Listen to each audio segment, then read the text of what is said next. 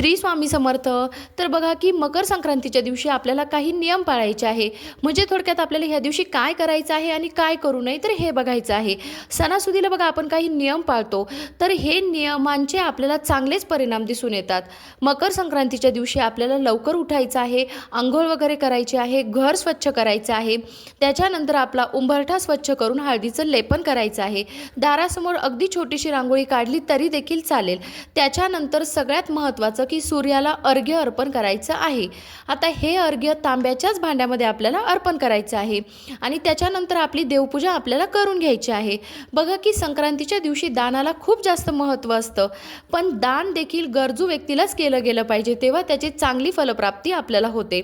आता ह्या दानामध्ये धान्य, कपडे आणि ज्ञानदानाला देखील खूप जास्त महत्त्व आहे.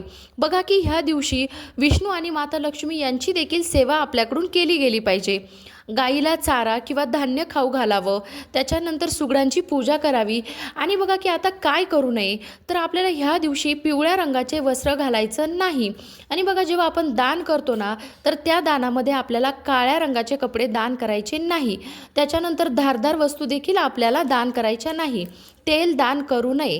आणि बघा की ह्या दिवशी बायकांनी आवर्जून हिरव्या किंवा लाल रंगाच्याच बांगड्या घालाव्यात आणि ह्या दिवशी पवित्र नद्यांमध्ये आपण स्नान करायचं आहे. श्री स्वामी समर्थ.